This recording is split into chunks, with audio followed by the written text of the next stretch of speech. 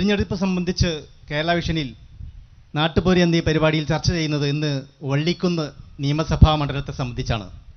വള്ളിക്കുന്നിൽ എന്താണ് ഇവിടുത്തെ രാഷ്ട്രീയ സ്ഥിതി, എന്താണ് ജനങ്ങളുടെ മനസ്സിലുള്ളത്? ഇവിടെ 2011 നമ്മൾ ഈ വള്ളിക്കുന്ന് നിയോജക മണ്ഡലം രൂപപ്പെടുന്നത്. അതിനുശേഷം നടന്ന 3 തെരഞ്ഞെടുപ്പിലും UDF ആണ് ഇവിടെ വിജയിച്ചത്. ഇപ്പോൾ 3ാം അംഗത്തിന് UDF ഇറങ്ങുമ്പോൾ എന്നാൽ വളരെ വാശിയോടുകൂടി LDF തിരിച്ചു പിടിക്കാൻ വേണ്ടിയിട്ടുള്ള പ്രവർത്തനത്തിൽ നടന്നുകൊണ്ടിരിക്കുന്നു. അങ്ങനെ നമ്മൾ ഈ വളരെ ചൂട് പിടിച്ചൊരു സമയത്താണ് നമ്മൾ ഈ ഒരു വള്ളിക്കുന്നിൻ്റെ നിയമസഭാ മണ്ഡലത്തിലെ തിരഞ്ഞെടുപ്പ് നമ്മളിവിടെ ചർച്ച ചെയ്യുന്നത്. ഈ ചർച്ചയിൽ പങ്കെടുത്തുകൊണ്ട് ഇവിടെ സംസാരിക്കുന്നത് UDF പ്രതിനിധി ശ്രീ TPM ബഷീറാണ്. സ്വാഗതം. LDFനെ പ്രതിനിധീകരിച്ചുകൊണ്ട് സംസാരിക്കുന്നത് PV അബ്ദുൾ വാഹിദ്. സ്വാഗതം. NDA പ്രതിനിധീകരിച്ചുകൊണ്ട് മനോജ് മണ്ണിൽ. സ്വാഗതം. 3 പേരെയും ഇതിൽ ഒരിക്കൽ കൂടി സ്വാഗതം ചെയ്യുന്നത്. കൂടാതെ ഇവിടെ എത്തിയിട്ടുള്ള മുഴുവൻ ഇവിടുത്തെ വോട്ടർമാരെയും അതുപോലെ ഞങ്ങളുടെ പ്രേക്ഷകരെയും ഈ പരിപാടിയിലേക്ക് സ്വാഗതം ചെയ്തുകൊണ്ട് ഞാൻ UDF പ്രതിനിധിയോട് ചോദിക്കുകയാണ്, എന്താണ് ഈ വരുന്ന തെരഞ്ഞെടുപ്പിൽ നിങ്ങൾ ജനങ്ങളുടെ മുമ്പിൽ എന്താണ് വെക്കുന്നത്? പഴയ തിരൂരങ്ങാടിയിലെ 4 പഞ്ചായത്തുകളും കൊണ്ടോട്ടിയിലെ 2 പഞ്ചായത്തുകളും ചേർന്ന് 2011 നിലവിൽ വന്ന ഒരു നിയോജക മണ്ഡലമാണ്. കൊണ്ടോട്ടിയും തിരൂരങ്ങാടിയും എങ്ങനെയാണോ ഐക്യജനാധിപത്യ മുന്നണിക്ക് കരുത്തായി നിന്നത്, അതേപോലെ വള്ളിക്കുന്ന് കഴിഞ്ഞ 15 വർഷമായി UDFൻ്റെ കോട്ടയായി നിൽക്കുന്നു. ഈ തെരഞ്ഞെടുപ്പിലും ഐക്യജനാധിപത്യ മുന്നണി ഉജ്ജ്വലമായ വിജയം നേടും. ഈ നിയോജക മണ്ഡലം കേരളത്തിലെ മറ്റ് പല നിയോജക മണ്ഡലങ്ങളെക്കാളും പ്രാധാന്യമുള്ള മണ്ഡലമാണ്.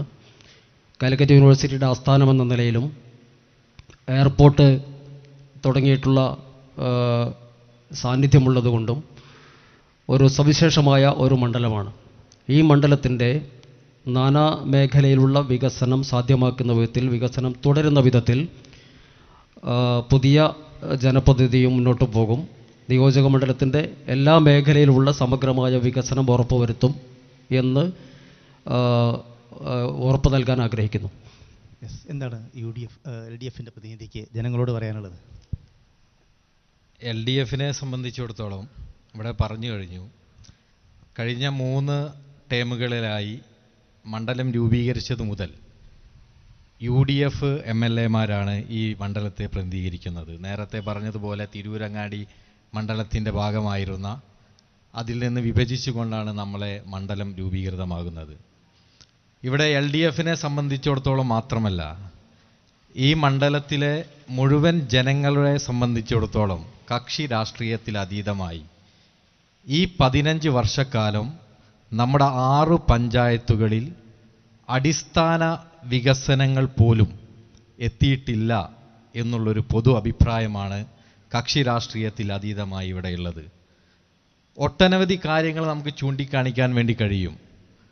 നോക്കൂ, നിങ്ങൾ നമ്മുടെ മണ്ഡലത്തെക്കുറിച്ച് പറയുമ്പോൾ കഴിഞ്ഞ 10 വർഷത്തിലധികമായി ഒരു MLAക്ക് ഓഫീസ് സംവിധാനമില്ലാത്ത കേരളത്തിലെ ഏക മണ്ഡലം നമ്മുടെ വള്ളിക്കുന്നാണ് എന്ന് പറയുമ്പോഴാണ് എത്രത്തോളം അവഗണനയാണ് നമ്മുടെ ഈ മണ്ഡലം നേരിടുന്നത് എന്ന് നമുക്ക് മനസ്സിലാക്കാൻ വേണ്ടി കഴിയും.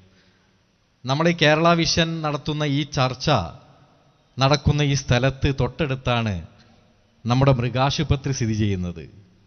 ആ മൃഗാശുപത്രിയുടെ ശോചനീയാവസ്ഥ കണ്ടാൽ തന്നെ നിങ്ങൾക്കറിയാം എത്രത്തോളമാണ് മണ്ഡലത്തെ വികസനത്തെക്കുറിച്ച് ഇവിടെ നിന്ന് വിജയിച്ചു പോയ MLAമാർ അതിനെ കരുതിയത് എന്ന്.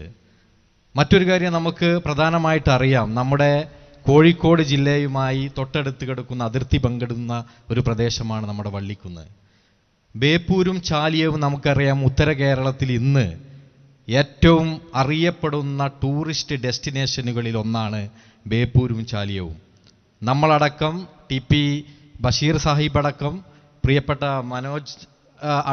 മനോജേട്ടൻ അടക്കമുള്ള നമ്മളെല്ലാവരും കുടുംബവും ഒത്ത് ആസ്വദിക്കാൻ പോകാറ് നമ്മുടെ ചാലിയവും ബേപ്പൂരുമാണ്, തൊട്ടടുത്ത പ്രദേശം.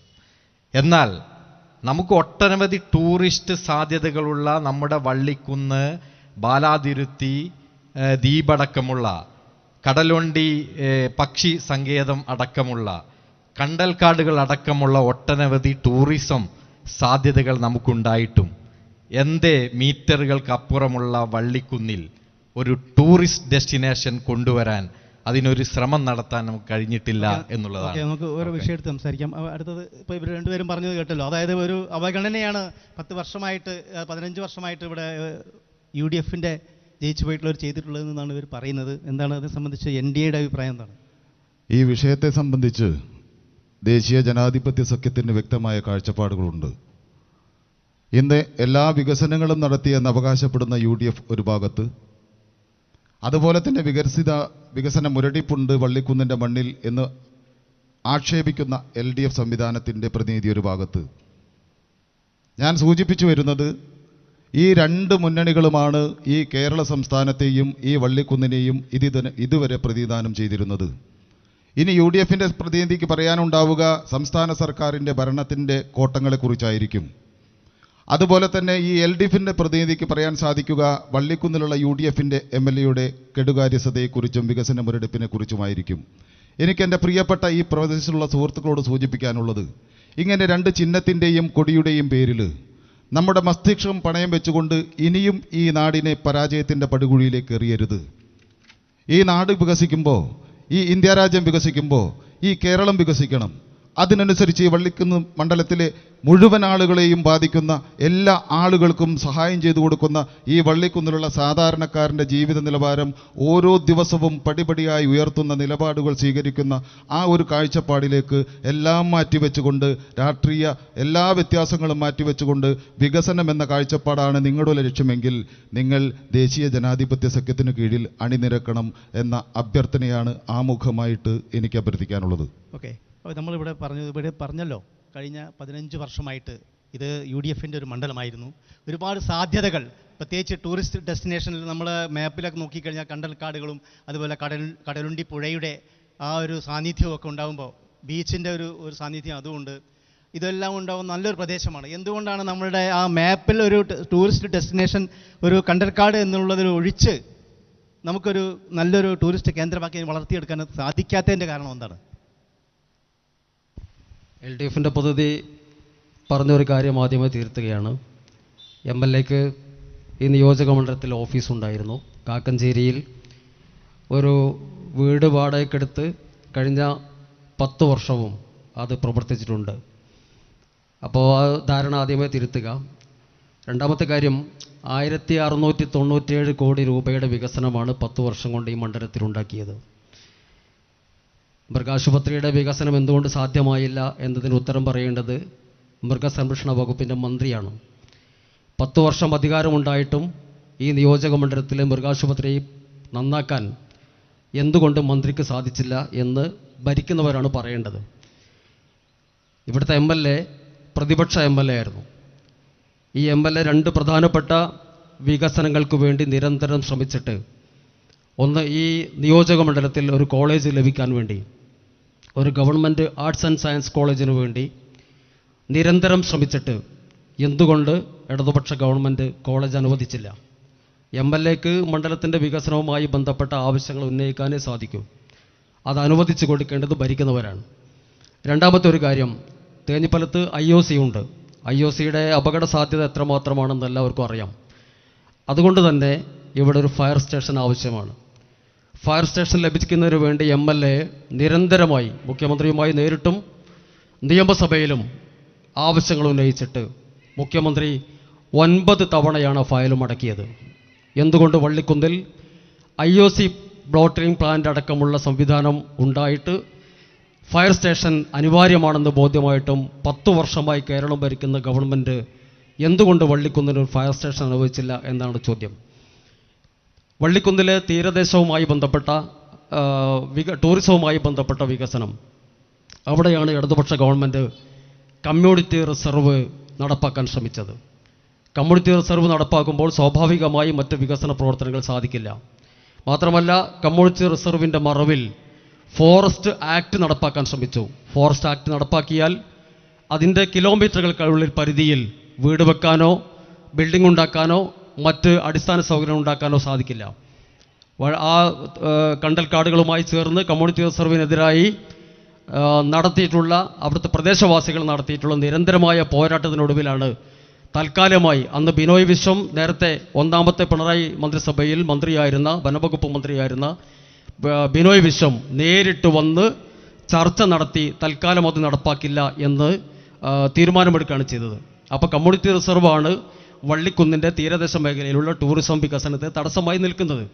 അത് അന്തിമമായി ഗവൺമെൻറ് ആ കാര്യത്തിൽ പിന്മാറിയാൽ വികസന പദ്ധതികൾ കൊണ്ടുവരാൻ സാധിക്കും. പറഞ്ഞു വരുന്നത് ഒരു പ്രതിപക്ഷ MLA യോടുള്ള അവഗണനയാണ് ഇവിടെ ഇത്രയും മുരടിപ്പിന് കാരണമെന്നാണ് അദ്ദേഹം പറയുന്നത്. ഒരുപാട് ആവശ്യങ്ങൾ ഉന്നയിച്ചുകൊണ്ട് അതൊക്കെ ഒരു ഭരണപക്ഷം അതിനെ ഒരു അവഗണിച്ചു എന്നുള്ളതാണല്ലോ, അങ്ങനെയാണോ? TPM ബഷീർ സാഹിബ് പറഞ്ഞ മുഴുവൻ കാര്യങ്ങളോടും ഞാൻ വിയോജിക്കുന്നു.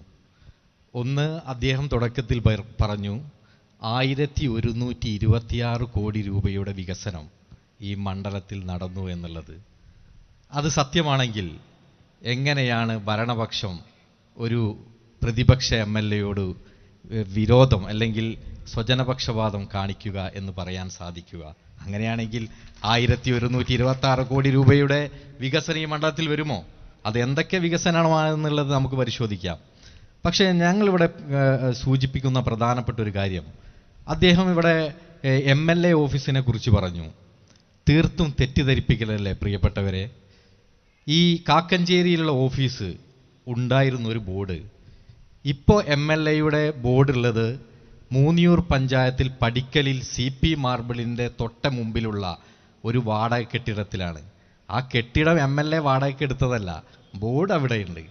ഒരു വേള കാലിക്കറ്റ് യൂണിവേഴ്സിറ്റി സ്റ്റാഫുകളുടെ കുസോ അല്ല, നമ്മുടെ ലീഗ് അനുകൂല സ്റ്റാഫുകളുടെ ഓർഗനൈസേഷൻ്റെ ഓഫീസിലായിരുന്നു ഒരു 6 മാസക്കാലം MLAയുടെ ഓഫീസ്.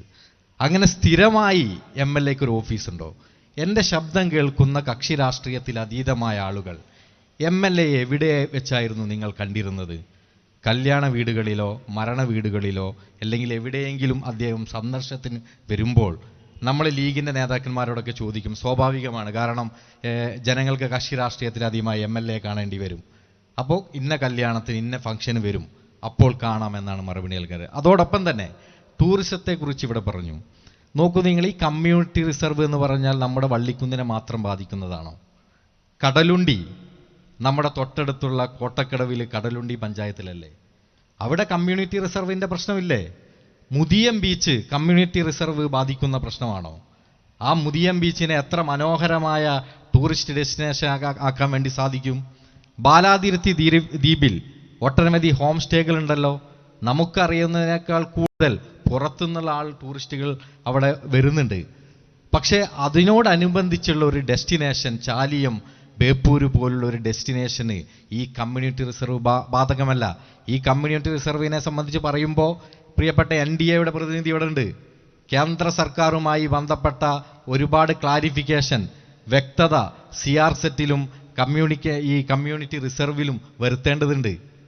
അതും ഇല്ല എന്നുള്ളതാണ് ഇവിടെ സൂചിപ്പിക്കാനുള്ളത്. അപ്പോൾ മൊത്തത്തിൽ നമുക്ക് നോക്കുകയാണെങ്കിൽ ഒരു വികസന മുരടിപ്പാണ് ഈ 15 വർഷക്കാലമായി ഇവിടെ നേരിടുന്നു എന്നുള്ളതാണ്. ഒറ്റ കാര്യം കൂടി, 10 വർഷമായിട്ടാണ് LDF സർക്കാർ ഇവിടെ അധികാരത്തിൽ. ആദ്യമായി മണ്ഡലം രൂപീകരിച്ച് ഇവിടെ MLA ആയത് KNA ഖാദർ സാഹിബായിരുന്നല്ലോ. അന്ന് ഈ കമ്മ്യൂണിറ്റി റിസർവുമായി ബന്ധപ്പെട്ട പ്രശ്നങ്ങൾ പരിഹരിക്കാൻ എന്തുകൊണ്ട് UDF സർക്കാരിൽ ഇടപെട്ടിട്ടില്ല എന്നുള്ളൊരു ചോദ്യം ബാക്കിയുണ്ട്. മറ്റൊരു കാര്യം കൂടി അവസാനിപ്പിക്കാം. മൃഗാശുപത്രിയുമായി ബന്ധപ്പെട്ട് മേലേച്ചാളാരിയിൽ ഒരു മൃഗാശുപത്രി ഉണ്ടെങ്കിൽ അത് വികസിപ്പിക്കുന്നതിന് ആവശ്യമായുള്ള ഇടപെടലുകൾ നിയമസഭയിൽ സബ്മിഷൻ ഉന്നയിക്കൽ ഉൾപ്പെടെയുള്ള സർക്കാരിൻ്റെ ശ്രദ്ധയിൽപ്പെടുത്തിയാലല്ലേ നമുക്ക് ഇത് പരിഹരിക്കാൻ വേണ്ടി കഴിയുള്ളൂ. അത് ശ്രദ്ധയിൽപ്പെടുത്തിയിട്ടില്ലെങ്കിൽ പിന്നെ മന്ത്രിക്ക് ഇത് അറിയാൻ വേണ്ടി സാധിക്കുമോ? അതാണ് ഞങ്ങൾക്ക് ഉന്നയിക്കാനുള്ള കാര്യം. ഓക്കെ, അപ്പോൾ ഇതിൽ NDA ഒരു കക്ഷിയാണ്. അതായത് നിങ്ങൾ ഇത്തരം അനുമതി, ഒരു കേന്ദ്ര ഗവൺമെൻറ്റിൻ്റെ അനുമതിയും കൂടി വേണ്ട കാര്യങ്ങളുണ്ടല്ലോ. അതുകൊണ്ട് നിങ്ങളുടെ ഭാഗത്തുനിന്നും ഇത് വരാതിരിക്കാനുള്ള അതിൽ കേന്ദ്ര അനുമതി നൽകണമെന്നുണ്ടെങ്കിൽ അതിന് കൃത്യമായ നോംസ് ആൻഡ് കണ്ടീഷൻസ് ഈ രാജ്യത്ത് നിലനിൽക്കുന്ന ഒരു രാജ്യമാണ് ഭാരതം. നിങ്ങൾക്ക് എന്ത് തടസ്സങ്ങളാണോ ഒരു പദ്ധതി ആവിഷ്കരിക്കുന്നത് കേന്ദ്ര തടസ്സമുള്ളത്, അത് അതിൻ്റേതായ രീതിയിൽ, ഇന്ന് നേരത്തെ ടൂറിസവുമായി ബന്ധപ്പെട്ട വിഷയങ്ങളാണ് ഇവിടെ ചർച്ച ചെയ്യുന്നത്. പ്രിയപ്പെട്ടവരെ, ഇന്ന് സുരേഷ് ഗോപി എന്ന് പറയുന്ന ഒരു കേന്ദ്രമന്ത്രി, ടൂറിസവുമായി ബന്ധപ്പെട്ട ഒരു മന്ത്രി കേരളത്തിൽ പ്രവർത്തിക്കുന്നുണ്ട്. എത്ര തവണയാണ് ഈ കേന്ദ്ര നിയമവുമായി ബന്ധപ്പെട്ട് സംസ്ഥാന സർക്കാരുകൾ അദ്ദേഹത്തിനുമായി സംസാരിച്ചിട്ടുള്ളത്, മീറ്റിംഗ് നടത്തിയിട്ടുള്ളത് എന്നതിനെക്കുറിച്ച് നമുക്കാർക്കും വ്യക്തതയില്ല.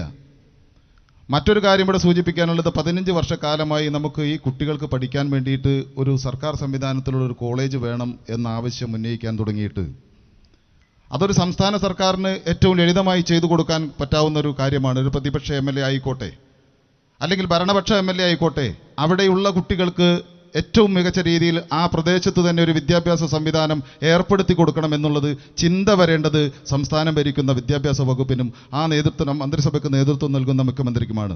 പ്രിയപ്പെട്ടവർ, നമ്മുടെ തൊട്ടടുത്താണ് പോളിടെക്നിക് കോളേജ് ഇന്ന് നിലവിലുള്ളത്. ആ പോളിടെക്നിക് കോളേജിൽ നിങ്ങൾ പോയി കഴിഞ്ഞാൽ ഇന്നും ഏറ്റവും മോശപ്പെട്ട രീതിയിലുള്ള ലാബുകളും അവിടെ കയറി നോക്കണം നിങ്ങളൊക്കെ. ഏറ്റവും മോശപ്പെട്ട രീതിയിൽ ആകെ ഒരു 4-5 കമ്പ്യൂട്ടറാണ് അവിടെ കമ്പ്യൂട്ടർ ലാബിൽ വർക്ക് ചെയ്യുന്നത്. അതുപോലെ തന്നെ ഈ ഇലക്ട്രോണിക് സെക്ഷനിലേക്ക് പോയി കഴിഞ്ഞാൽ ഏതോ കാലത്തുള്ള യന്ത്ര സാമഗ്രികൾ വെച്ചുകൊണ്ടാണ് നമ്മുടെ കുട്ടികൾ പഠിക്കുന്നത്. ഒറ്റ കാര്യം കൂടി നമുക്ക് സൂചിപ്പിക്കാനുണ്ട് പ്രിയപ്പെട്ടവരെ.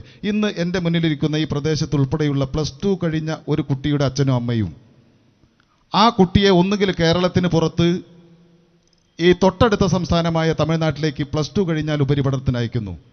തൊട്ടടുത്ത കർണാടകയിലേക്ക് ഈ പ്രദേശത്തുൾപ്പെടെയുള്ള കുട്ടികളെ +2 കഴിഞ്ഞാൽ ഉന്നത വിദ്യാഭ്യാസത്തിന് അയക്കുന്നു. അങ്ങനെ തെലുങ്കാനയിലേക്ക്, ഹൈദരാബാദിലേക്ക് അത്യാവശ്യം സാമ്പത്തികമുള്ള രക്ഷിതാക്കൾ അവരെ കാനഡയിലേക്ക്, UK യിലേക്ക്, സ്വിറ്റ്സർലൻഡിലേക്ക്, അയർലൻഡിലേക്ക് അങ്ങനെ അയച്ചുകൊണ്ട് നമ്മുടെ ഈ +2 കഴിഞ്ഞ ആ കുട്ടികളെ പോലും ഈ കൊച്ചു കേരളത്തിൽ ജനിച്ചുപോയി എന്ന ഒറ്റ കാരണം കൊണ്ട് 60 വർഷക്കാലം ഇവർ എടുത്തിട്ടുള്ള ഈ 2 മുന്നണികളും എടുത്തിട്ടുള്ള ജനവിരുദ്ധ സമീപനം കൊണ്ട് മാത്രമാണ് നമ്മുടെ +2 കഴിഞ്ഞ കുട്ടികളെ അവരുടെ പെട്ടിയും ബാഗും തൂക്കിക്കൊണ്ട് ഈ പ്രദേശത്തുൾപ്പെടെയുള്ള നമ്മുടെ അച്ഛനും അമ്മയും തൊട്ടപ്പുറത്തെ സംസ്ഥാനമായ കർണാടകയിലേക്കും തമിഴ്നാട്ടിലേക്കും ഈ രാജ്യത്തിന് പുറത്തേക്കും കയറ്റിയഴിക്കുന്നത്. പ്രിയപ്പെട്ടവരെ, ഒറ്റ കാര്യം കൂടി, അവിടെയും ഇതുപോലെ ഭരിക്കുന്ന ഒരു സർക്കാരുകളുണ്ട്. തമിഴ്നാട്ടിൽ സംസ്ഥാന സർക്കാരുണ്ട്, കർണാടകയിൽ സംസ്ഥാന സർക്കാരുകളുണ്ട്, തെലുങ്കാനയിൽ സംസ്ഥാന സർക്കാരുകളുണ്ട്. എന്തുകൊണ്ട് എല്ലാ മേഖലയിലും 1-ാം നമ്പറാണെന്ന് പറയുന്ന ഈ കേരളത്തിലെ +2 കഴിഞ്ഞ കുട്ടികൾക്ക് ഒരു ഉന്നത വിദ്യാഭ്യാസ മേഖലയിൽ ഒരു സ്റ്റാൻഡേർഡുള്ളൊരു സംവിധാനം ഇവിടെ ഉറപ്പുവരുത്തിക്കൊണ്ട് നമ്മുടെ കുട്ടികളെ ഇവിടെ പിടിച്ചു നിർത്താൻ ഈ 2 ഭരണാധികാരിക്ക് സാധിക്കാതെ പോയി. വിദ്യാഭ്യാസ മേഖലയിൽ എന്താണ് ഈ പറഞ്ഞതിനുള്ള ഒരു മറുപടി? എന്താണ് സംസ്ഥാന സർക്കാരിന് കൂടി ചെയ്യാൻ കഴിയുന്ന കാര്യം? വിദ്യാഭ്യാസ മേഖലയുമായി ബന്ധപ്പെട്ട് നേരത്തെ സൂചിപ്പിച്ചതുപോലെ ഇവിടെ നമുക്ക് മണ്ഡലത്തിന് ഒരു ആർട്സ് ആൻഡ് സയൻസ് കോളേജ് ഇല്ല എന്നുള്ളത് വളരെ ഗൗരവമായിട്ടുള്ള ഒരു കാര്യമാണ്.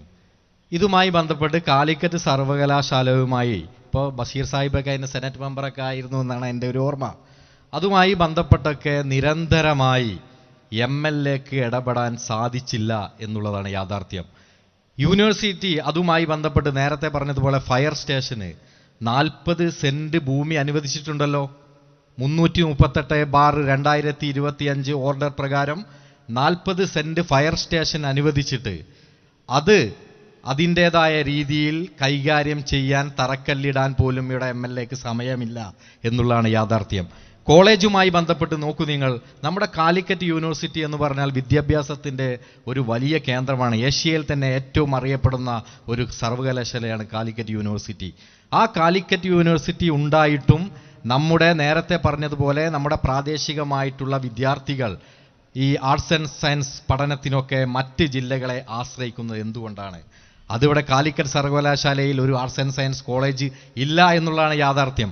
അതിന് കൃത്യമായിട്ട് ഇടപെടേണ്ടത് ഇവിടുത്തെ സ്ഥലം MLA ആണ്. നേരത്തെ പറഞ്ഞതുപോലെ ഒരു കാര്യം കൂടി, ഈ പോളിടെക്നിക്കുമായി ബന്ധപ്പെട്ട് ഇവിടെ NDA പ്രതിനിധി പറഞ്ഞു, പ്രിയപ്പെട്ട മനോജേട്ടൻ ഈ അടുത്ത കാലത്തൊന്നും പോളിടെക്നിക്കിൽ പോയിട്ടില്ല എന്നുള്ളതാണ് എനിക്ക് പറയാനുള്ളത്. കാരണം പറഞ്ഞു തീർക്കട്ടെ.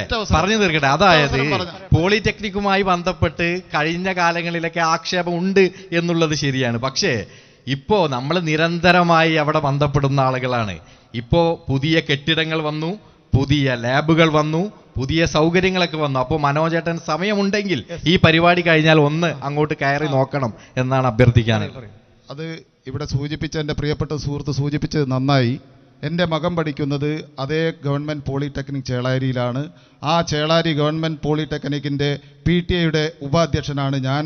അതുകൊണ്ട് എൻ്റെ കൺമുന്നിൽ കണ്ട കാര്യം മാത്രമാണ് ഞാൻ ഇവിടെ സൂചിപ്പിച്ചിട്ടുള്ളത്. എൻ്റെ പ്രിയപ്പെട്ട സുഹൃത്തിന് നാളെയും മറ്റന്നാളും ഒരു കാര്യം കൂടി പോളിടെക്നിക്കിൻ്റെ കാര്യം പറഞ്ഞുകൊണ്ടാണ് ഞാൻ പറയുന്നത്. പോളിടെക്നിക്ക് മാത്രമല്ല, ഈ സംസ്ഥാന സർക്കാരിന് കീഴിൽ വിദ്യാഭ്യാസ വകുപ്പിന് കീഴിൽ പ്രവർത്തിക്കുന്ന ഓരോ സ്ഥാപനങ്ങളിലും ഇന്ന് PTA ഫണ്ട് എന്നൊരു സംവിധാനം നിലവിലുണ്ടായിരുന്നില്ല എങ്കിൽ ആ ചേളാരി പോളിടെക്നിക്കിൻ്റെ ഇലക്ട്രിഫിക്കേഷൻ്റെ ആ KCB എന്നോ ഫീസ് ഊരിക്കൊണ്ടുപോകും. ഞങ്ങളെപ്പോലുള്ള രക്ഷിതാക്കൾ പിരിച്ചു കൊടുക്കുന്ന PTA ഫണ്ടിൽ നിന്നാണ് ആ പോളിടെക്നിക്കിൻ്റെ ദൈനംദിന ചെലവും അതുപോലെ തന്നെ കറണ്ട് ബില്ല് പോലും അടച്ചു പോകുന്നത് എന്ന പച്ചയായ യാഥാർത്ഥ്യം എൻ്റെ പ്രിയപ്പെട്ട സുഹൃത്തുക്കൾ മനസ്സിലാക്കണം. അതിന് നല്ലൊരു തീരുമാനമെടുക്കണം. നമുക്ക് വിവാദമല്ല വേണ്ടത്, ആ വിഷയം പരിഹരിക്കുകയാണ് വേണ്ടത്. MLA വേണ്ട രീതിയിൽ ഇടപെട്ടിട്ടില്ലല്ലോ എന്നാണ് പറയുന്നത്. ഐക്യജനാധിപത്യ മുന്നണി കേരളം ഭരിക്കുമ്പോഴാണ് 2016-21 കാലത്ത് കേരളത്തിൽ പുതുതായി കോളേജുകളില്ലാത്ത 36 നിയോജക മണ്ഡലങ്ങളിൽ കോളേജ് അനുവദിച്ചത്. 10 വർഷമായി ഈ ഗവൺമെൻറ് ഒരു കോളേജ് പോലും കേരളത്തിന് അനുവദിച്ചിട്ടില്ല. ആ 36 കോളേജ് അനുവദിക്കുന്ന സമയത്ത് വള്ളിക്കുന്ന് എന്തുകൊണ്ട് പരിഗണിക്കപ്പെട്ടില്ല എന്ന് ചോദിച്ചാൽ, വള്ളിക്കുന്നിൽ കോളേജുണ്ട്. EMBA കോളേജ് വള്ളിക്കുന്ന് നിയോജക മണ്ഡലത്തിലാണ്, അതുകൊണ്ടാണ്. പക്ഷെ അതിനുശേഷം ഒരു ഗവൺമെൻറ് കോളേജ് കിട്ടാൻ വേണ്ടി, അതിനുവേണ്ടി സ്ഥലം കിട്ടാൻ വേണ്ടി കാലിക്കറ്റ് യൂണിവേഴ്സിറ്റിയുമായി നിരന്തരമായി MLA ബന്ധപ്പെട്ടു. പക്ഷേ CPM-ന് ആധിപത്യമുള്ള സിൻഡിക്കേറ്റ് സ്ഥലം അനുവദിച്ചില്ല. ഫയർ സ്റ്റേഷന് സ്ഥലം അനുവദിച്ചു എന്ന് പറഞ്ഞു. പക്ഷേ അതിനുവേണ്ടിയാണ് മുഖ്യമന്ത്രിക്ക് കൊടുത്ത നിവേദനം. ഞാൻ പറഞ്ഞല്ലോ, 9 തവണയാണ് മുഖ്യമന്ത്രി മടക്കിയത്. അനുവദിക്കേണ്ടത് ആരാണ്? സ്ഥലം കിട്ടിയാൽ മാത്രം ഫയർ സ്റ്റേഷൻ വരില്ല. ഫയർ സ്റ്റേഷൻ അനുവദിക്കേണ്ട മുഖ്യമന്ത്രി അല്ലെങ്കിൽ ഭരണകൂടം, കേരളത്തിലെ സർക്കാർ അനുവദിച്ചില്ല. എന്തുകൊണ്ട്? അത് പ്രതിപക്ഷ MLA ആയതുകൊണ്ട്, അല്ലെങ്കിൽ ഐക്യജനാധിപത്യ മുന്നണിയുടെ ജനപ്രതി ആയതുകൊണ്ട് ബോധപൂർവം സർക്കാർ അവഗണിച്ചു എന്ന് പറഞ്ഞാൽ തെറ്റാകുമോ? പിന്നെ സർക്കാരിന്റെ മറുപടി പറഞ്ഞോട്ടെ, അതിനെന്താ മറുപടി? അതിന് കൃത്യമായ മറുപടിയുണ്ട്. ഇവിടെ ഞാൻ പറഞ്ഞല്ലോ, 40 സെന്റ് ഭൂമി ഒരു വികസനത്തിന് കാലിക്കറ്റ് സർവകലാശാല MLA വന്ന് പറഞ്ഞുകൊണ്ടാണ് അനുവദിക്കുമോ? ഇല്ലല്ലോ. സർക്കാർ അല്ല, ഒരിക്കൽ ഞാൻ ഒരു കാര്യം പറയുന്നു, ബഷീർ സാഹിബിനെ ചലഞ്ച് ചെയ്യുന്നു. 9 തവണ മുഖ്യമന്ത്രി ഈ ഫയൽ മടക്കിയിട്ടുണ്ടെങ്കിൽ നിങ്ങൾ പറയുന്ന വർക്ക് ഞാൻ ചെയ്യും. വെറുതെ ജനങ്ങളുടെ മുമ്പിൽ വന്ന് ഞാൻ പറയട്ടെ, ഇവിടെ എല്ലാവരുടെ മുമ്പിലും നമ്മുടെ ChatGPT ഉണ്ട്, അതോടൊപ്പം തന്നെ ജെമിനി ഉണ്ട്, ഗൂഗിൾ ഉണ്ട്. നിങ്ങൾ ഞങ്ങളെ സംവാദം കഴിയുന്നതിന് മുന്നേ അതിലൊന്ന് സെർച്ച് ചെയ്യൂ. അതിൽ വിവിധ കാര്യങ്ങളുണ്ടല്ലോ. 9 തവണ എങ്ങനെയാണ് ഒരു ഇത് മടക്കുക എന്ന് പറഞ്ഞാൽ, ഇതിൽ കൃത്യമാണ് ഒരു കാര്യം. ഈ 40 സെന്റ് അവൈലബിൾ ആയിട്ടും അതിന് ഫയർ ആൻഡ് സേഫ്റ്റിയും ഫയറുമായി ബന്ധപ്പെട്ട്, ആഭ്യന്തര വകുപ്പുമായി ബന്ധപ്പെട്ട്, മറ്റ് വകുപ്പുകളുമായി ബന്ധപ്പെട്ടുള്ള കാര്യങ്ങൾ നീങ്ങുമ്പോൾ അതിൻ്റെ കാര്യങ്ങൾ ദ്രുതഗതിയിൽ നീക്കുന്നതിന് വേണ്ടിയിട്ടാണ് ഒരു മണ്ഡലത്തിൽ നിന്ന് ഒരു ജനപ്രതിനിധിയെ നമ്മൾ തെരഞ്ഞെടുക്കുന്നത്. ആ ജനപ്രതിനിധിക്ക് അതിന് സമയമില്ലെങ്കിൽ പിന്നെ സർക്കാർ മടക്കി എന്ന് പറഞ്ഞിട്ട് എന്തെങ്കിലും കാര്യമുണ്ടോ? അതിന് കഠിനാധ്വാനം ചെയ്താൽ മാത്രമേ എന്ത് ചെയ്യുള്ളൂ, ആ കാര്യങ്ങൾ കൈകാര്യം ചെയ്തു വരികയുള്ളൂ. അതിന് ഇവിടെ ശ്രമം നടന്നിട്ടില്ല എന്നുള്ളതാണ് പച്ചയായിട്ടുള്ള യാഥാർത്ഥ്യം. മറ്റൊന്ന്, നമ്മൾ ഇപ്പോഴത്തെ ഇടതുപക്ഷ ജനാധിപത്യ മുന്നണി ഗവൺമെന്റ് 10 വർഷം പൂർത്തീകരിച്ചിരിക്കുകയാണ്. ഈ സംസ്ഥാന ഭരണത്തെ സംബന്ധിച്ചുള്ള വിലയിരുത്തൽ എങ്ങനെയാണ് UDF-ന്റെ? നേരത്തെ പോളിടെക്നിക്കിനെ കുറിച്ച് പറഞ്ഞു. ആ പോളിടെക്നിക്ക് കോളേജാക്കി അപ്ഗ്രേഡ് ചെയ്തത് ET മുഹമ്മദ് ബഷീർ വിദ്യാഭ്യാസ മന്ത്രിയാകുമ്പോഴാണ്. അതിനുശേഷം എന്ത് വികസനമാണ്, എന്ത് പുരോഗതിയാണ് ആ പോളിടെക്നിക്കിൽ ഉണ്ടായത് എന്ന് പറയണം. ഭരിക്കുന്നവർക്കുള്ള ഉത്തരവാദിത്വം പ്രതിപക്ഷത്തിൻ്റെ പരിധിയിൽ വെച്ച് കിട്ടരുത്. കാലിക്കറ്റ് യൂണിവേഴ്സിറ്റിയിൽ മാത്രമല്ല, വള്ളിക്കുന്നിൽ എവിടെയെങ്കിലും, ഇപ്പോൾ വള്ളിക്കുന്ന് പഞ്ചായത്തിൽ 5 ഏക്കർ സ്ഥലം കണ്ടെത്തി MLA ഗവൺമെൻറ് മുമ്പാകെ സമർപ്പിച്ചല്ലോ. എന്തേ കോളേജ് അനുവദിക്കാതിരുന്നത്? എയ്ഡഡ് കോളേജ് അല്ലല്ലോ ചോദിച്ചത്, ഗവൺമെൻറ് കോളേജല്ലേ. അത് കൊടുക്കേണ്ടത് ആരാ? ഭരിക്കുന്ന ഗവൺമെൻറ് അല്ലേ.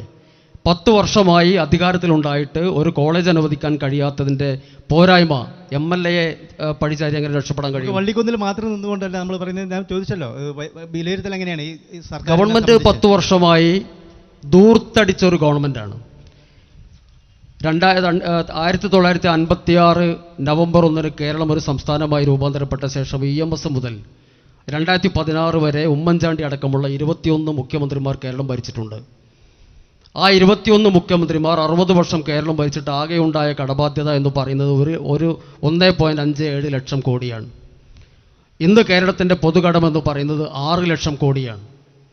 എന്ന് വെച്ചാൽ 10 വർഷം കൊണ്ട് 4.5 ലക്ഷം കോടിയോളം രൂപയുടെ കടബാധ്യത എങ്ങനെ കേരളത്തിലുണ്ടായി? അത്രയും കടബാധ്യത ഉണ്ടായിട്ട് എന്ത് എടുത്തു പറയത്തക്ക നേട്ടമാണ്? ഏതെങ്കിലും ഒരു മേജർ പ്രൊജക്റ്റ് ഈ 10 വർഷത്തെ ഭരണത്തിൻ്റെ നേട്ടമായി ഗവൺമെൻറ്റിന് ചൂണ്ടിക്കാണിക്കാൻ സാധിക്കുമോ? ഇത്രയും വലിയ തുക കടബാധ്യത ഉണ്ടാക്കിയിട്ട് കേരളത്തിനുണ്ടാക്കിയ പുരോഗതി എന്താണ്? ഈ കടബാധ്യതയല്ലാതെ രൂക്ഷമായ വിലക്കയറ്റം ഉണ്ടാക്കിയ, നികുതി വർദ്ധിപ്പിച്ച, എല്ലാ മേഖലയിലും ജനജീവിതം ദുസ്സഹമാക്കിയ 10 വർഷത്തെ ഭരണമാണ് സത്യത്തിൽ കേരളത്തിൽ നടന്നിട്ടുള്ളത്. കൃത്യമായ ഇപ്പോൾ ഐക്യജനാധിപത്യ മുന്നണി ഉമ്മൻചാണ്ടിയുടെ നേതൃത്വത്തിൽ വിഴിഞ്ഞം പോർട്ട് കൊണ്ടുവന്നു, വല്ലാർപ്പാടം കണ്ടെയ്നർ ടെർമിനൽ കൊണ്ടുവന്നു, കൊച്ചി മെട്രോ കൊണ്ടുവന്നു, കണ്ണൂർ വിമാനത്താവളം കൊണ്ടുവന്നു. നിങ്ങൾ കൊണ്ടുവന്നൊരു പദ്ധതി ഏതാണ്? എന്തിനു വേണ്ടിയാണ് ഇത്രയും വലിയ തുക കടബാധ്യത ഉണ്ടാക്കിയത്? ഈ കടബാധ്യത കേരളത്തിലെ ജനങ്ങളുടെ മേൽ വെച്ച് കെട്ടിയതിൻ്റെ ഉത്തരവാദിത്വം ആർക്കാണ്? 4.5 ലക്ഷം കോടിയോളം രൂപയുടെ വികസന പ്രവർത്തനം എന്താണ് കേരളത്തിൽ നടന്നത്? തീർച്ചയായും വലിയ തുക കടമെടുക്കുകയും ആ കടത്തിന് പലിശ അടക്കം അതിൻ്റെ കടം വീട്ടാൻ വേണ്ടി ബാധ്യതപ്പെടുകയും ചെയ്യുന്ന ഒരു അവസ്ഥയിലേക്ക് കേരളത്തെ കൊണ്ടുവച്ചതാരാണ്? അപ്പോൾ ഒരു ഭാഗത്ത് ദൂർത്ത് നടക്കുന്നു, മറുഭാഗത്ത് കടബാധ്യത പെരുകുന്നു. പറയത്തക്ക യാതൊരു നേട്ടവും ഈ 10 വർഷത്തിൽ ഇടതുപക്ഷ മുന്നണി ഗവൺമെൻറ് പറയാനില്ല എന്നതാണ് യാഥാർത്ഥ്യം. ഇതിനെക്കുറിച്ച് വിശദമായിട്ട് സംസാരിക്കേണ്ടതുണ്ട്. ഇപ്പോൾ സമയം പരിമിതമാണെന്ന് നമുക്കറിയാം. ചുരുക്കി പറഞ്ഞാൽ നോക്കൂ, നിങ്ങൾ 1120 കോടി രൂപയുടെ വികസനം നടത്തി എന്ന് പറയുന്ന MLA-യുടെ പ്രതിനിധിയാണ് ഇപ്പോൾ പറയുന്നത് കടബാധ്യത ഇവിടെ വലിയ പെരുകിയിരിക്കുന്നത്. നോക്കൂ നിങ്ങൾ, LDF സർക്കാരിൻ്റെ ലക്ഷ്യം വെൽഫെയർ ആണ്, ക്ഷേമമാണ്. ആ ക്ഷേമവുമായി ബന്ധപ്പെട്ട് ജനങ്ങൾക്ക് 600 രൂപയുള്ള പെൻഷൻ 18 മാസം കുടിശ്ശികയാക്കി വെച്ചതിനപ്പുറം അത് ഇന്ന് 2000 രൂപ കൊടുക്കുന്നുണ്ടെങ്കിൽ അതിന് ഇനി കടം വന്നാലും അത് ജനങ്ങൾക്ക് വേണ്ടിയാണ് എന്നുള്ളൊരു ഉത്തമ ബോധ്യം LDF സർക്കാരിനുണ്ട്. അതോടൊപ്പം തന്നെ ഇവിടെ ചോദിച്ചു എന്ത് മേജർ പ്രൊജക്റ്റാണ് ഇവിടെ വന്നിട്ടുള്ളത് എന്നുള്ളൊരു ചോദ്യമാണ്. പ്രിയപ്പെട്ടവരെ, നമ്മുടെ ഈ ജനങ്ങളുടെ മുന്നിൽ തൊട്ടടുത്താണ് ഹൈവേ പോകുന്നത്.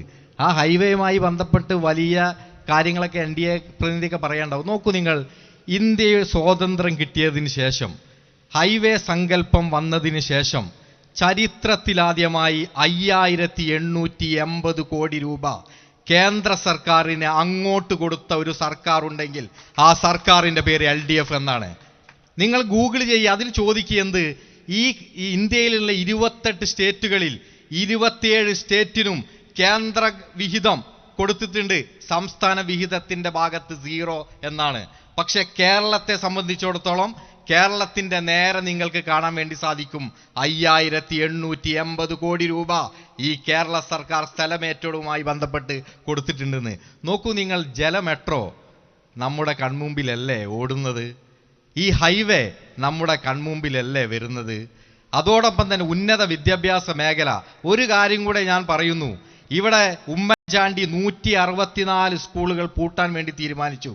എന്നാൽ LDF സർക്കാർ പൂട്ടാൻ വേണ്ടി തീരുമാനിച്ച ഒരൊറ്റ സ്കൂളിൻ്റെ പേര് പറയുകയാണെങ്കിൽ ഈ പരിപാടി ഞങ്ങൾ നിർത്തും. LDF അതാണ് വികസനം. ഇവിടെ പാഠപുസ്തകം നമ്മളെ ബഷീർ സാഹിബിൻ്റെ വീട്ടിലും എൻ്റെ വീട്ടിലും പ്രിയപ്പെട്ട മനോജ് സാറിൻ്റെ വീട്ടിലും നിങ്ങളെല്ലാ വീട്ടിലും കുട്ടികളുണ്ടല്ലോ. സ്കൂൾ പൂട്ടിയിട്ടില്ല. ഇപ്പോൾ ഈ 30-ാം തീയതി സ്കൂൾ പൂട്ടി.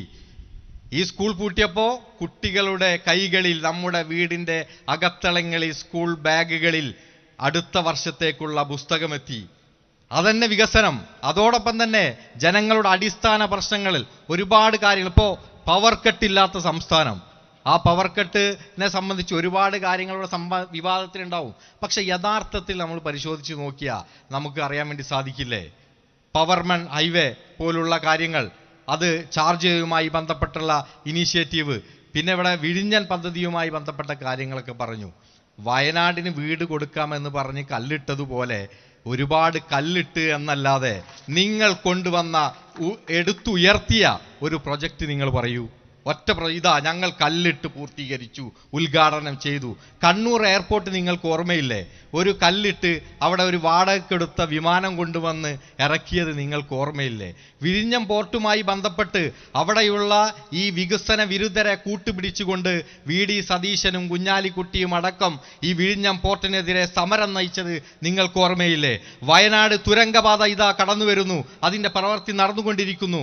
ആ തുരങ്കപാതയെ അടക്കം ഞങ്ങളെല്ലാം എതിർക്കുമെന്ന് പറഞ്ഞ പ്രതിപക്ഷ നേതാവിൻ്റെ കക്ഷിയാണ് ഇപ്പോൾ ഇവിടെ എന്ന് പറയുന്നത് നിങ്ങൾ കൊണ്ടുവന്ന പ്രവൃത്തി ഏതാണെന്ന്. ബാക്കി ജനങ്ങൾക്കെല്ലാം അറിയാമെന്നുള്ളതാണ് ഞങ്ങളുടെ ആത്മവിശ്വാസം. ഓക്കെ, എന്താണ് ഇതിനെക്കുറിച്ച് പറയാനുള്ളത്? ഈ വികസന കാഴ്ചപ്പാടുകളെ കുറിച്ച് സൂചിപ്പിക്കുന്നതിന് മുമ്പ് ഒരു സന്തോഷ കാര്യം കൂടി അറിയിക്കാൻ ഞാൻ ഈ അവസരം ഉപയോഗിക്കുകയാണ്. പ്രിയപ്പെട്ടവരെ, കാലിക്കറ്റ് യൂണിവേഴ്സിറ്റി സെനറ്റിലേക്ക് BJPയുടെ പ്രതിനിധികളെ പങ്കെടുച്ചപ്പോൾ അവർ ആ മീറ്റിങ്ങിൽ കയറാൻ പറ്റില്ല എന്ന് പറഞ്ഞുകൊണ്ട് സമരം നടത്തിയിരുന്ന ഒരുപാട് സംഘടനകളും നേതാക്കളും ഈ കാലിക്കറ്റ് യൂണിവേഴ്സിറ്റിക്ക് പരിസരം 2 സംഘടനകളിലുമുണ്ട്. ഞാൻ ഒരു കാര്യം വളരെയധികം സന്തോഷത്തോടു കൂടി പറയാൻ സാധിക്കും. ഞങ്ങളുടെ പ്രതിനിധി ആ യൂണിവേഴ്സിറ്റി സിൻഡിക്കേറ്റിലേക്ക് തെരഞ്ഞെടുത്ത അതേ വർഷം, ഈ തൊട്ടടുത്ത മുന്നിലത്തെ വർഷമാണ് അദ്ദേഹം സിൻഡിക്കേറ്റ് മെമ്പറായിട്ടുള്ളത്. അതേ കാലിക്കറ്റ് യൂണിവേഴ്സിറ്റിയിലേക്ക് PM ഉഷ പദ്ധതി പ്രകാരം 100 കോടി രൂപയാണ് ഇന്ന് ഈ കാലിക്കറ്റ് യൂണിവേഴ്സിറ്റിക്ക് സാങ്ഷനാക്കി കൊടുത്തിട്ടുള്ളത്. നിഷേധിക്കാൻ ഇവർക്ക് 2 പേർക്കും സാധിക്കില്ല. ഞാൻ ഏറ്റവും ലളിതമായ നമ്മുടെ കൺമുന്നിൽ കാണുന്ന ഉദാഹരണമാണ് പറയുന്നത്. PM ഉഷ പദ്ധതിയിൽ ഉൾപ്പെടുത്തിക്കൊണ്ട് 100 രൂപയുടെ സ്പോർട്സ് വികസനമാണ് ഈ കാലിക്കറ്റ് യൂണിവേഴ്സിറ്റിയിൽ വരാൻ പോകുന്നത്. പ്രിയപ്പെട്ട എൻ്റെ 2 സുഹൃത്തുക്കളും ഇവിടെ വാദോരാത വികസനത്തെക്കുറിച്ച് പറഞ്ഞു. എനിക്ക് സൂചിപ്പിക്കാനുള്ളത്, ഇപ്പോൾ ഹൈവേയുടെ കാര്യം പറഞ്ഞു. ഈ കേരളമല്ലാതെ ആരാണ് ഈ കേന്ദ്ര സർക്കാരിന് അങ്ങോട്ട് പണം കൊടുത്തുകൊണ്ട് ഹൈവേ വികസിപ്പിച്ചത് എന്നാണ് ചോദിക്കുന്നത്. പ്രിയപ്പെട്ടവരെ, അത് എൻ്റെ പ്രിയപ്പെട്ട സുഹൃത്ത് സമയം കിട്ടുമ്പോൾ കർണാടകയും അതുപോലെ തന്നെ തെലങ്കാനയും ഒക്കെ എത്ര ശതമാനമാണ് പണം കൊടുത്തത് എന്ന് ഒന്ന് കൃത്യമായി പരിശോധിച്ചാൽ മനസ്സിലാകും. എനിക്ക് സൂചിപ്പിക്കാനുള്ളത്, നീണ്ട 2004 മുതൽ 5 വർഷക്കാലം ഇവിടെ നിന്ന് ജയിച്ചു പോയ ഈ LDFന്റെ പ്രതിനിധിയും അഹമ്മദ് ഉൾപ്പെടെയുള്ള 8 കേന്ദ്രമന്ത്രിമാരും ഈ രാജ്യത്ത് അധികാരത്തിലിരുന്നു. 1ാം UPA സർക്കാരിൻ്റെ കാലത്ത് മൻമോഹൻ സിംഗ് ആയിരുന്നു ഈ രാജ്യത്തിൻ്റെ പ്രധാനമന്ത്രി. 8 കേന്ദ്രമന്ത്രിമാരായിരുന്നു ഈ കേരള സംസ്ഥാനത്തു നിന്നുണ്ടായിരുന്നത്. പ്രിയപ്പെട്ടവരെ, ഈ കേരളത്തെക്കുറിച്ച് എന്തെങ്കിലും ഒരു ചിന്ത അന്ന് ജയിച്ചു പോയ ഈ 2 മുന്നണിയിൽപ്പെട്ട ഏതെങ്കിലും ഒരു നേതാവിനോ ഒരു മന്ത്രിക്കോ ഉണ്ടായിരുന്നുവെങ്കിൽ എന്നേ ദേശീയപാത ഈ സംസ്ഥാനത്ത് ഏറ്റവും മികച്ച രീതിയിൽ നടപ്പിലാക്കിക്കൊണ്ട് ഈ കേരളത്തിൻ്റെ യാത്രാ ദുരിതത്തിന് പരിഹാരം കണ്ടെത്താമായിരുന്നു. 2004 മുതൽ 2009 വരെ ഇവർ 2 കൂട്ടരും കേന്ദ്രം ഭരിച്ചത് ഒറ്റയ്ക്കാണ്. അന്ന് എന്തുകൊണ്ട് ഇവർക്ക് വിഴിഞ്ഞം പോർട്ട് യാഥാർത്ഥ്യമാക്കിക്കൊണ്ട് ഈ കേരളത്തിലെ തലമുറയെയും കേരളത്തിൻ്റെ സാമ്പത്തിക രംഗവും ഉയർത്തണമെന്ന് ചിന്തിക്കാൻ കഴിയാതെ പോയി തീർന്നിട്ടില്ല.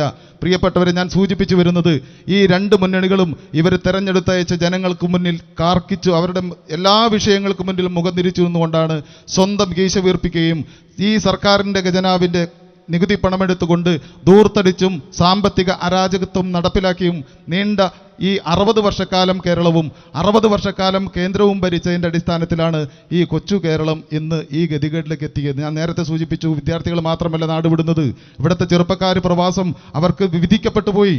പ്രിയപ്പെട്ടവരെ, ഇന്ന് അടിസ്ഥാന സൗകര്യ മേഖല വികസിക്കണമെന്ന് നരേന്ദ്രമോദിയുടെ കാഴ്ചപ്പാടാണ്. അതുകൊണ്ടാണ് കാശ്മീർ മുതൽ കന്യാകുമാരി വരെ 68,000 കോടി രൂപ ഈ കേരള സംസ്ഥാനത്തിന് കൊടുത്തുകൊണ്ട് നാഷണൽ ഹൈവേ യാഥാർത്ഥ്യമാക്കിയത്. കിട്ടിയിട്ടും ഇതൊന്നും ചെയ്യാൻ ഒരു UPA ഗവൺമെന്റിനോ ദേശീയപാതയുടെ അവകാശവാദം പൊളിഞ്ഞു വീഴുന്നത് വരെ അത് കേരളത്തിലെ ഇടതുപക്ഷ മുന്നണിയുടെ നേട്ടമായിരുന്നു.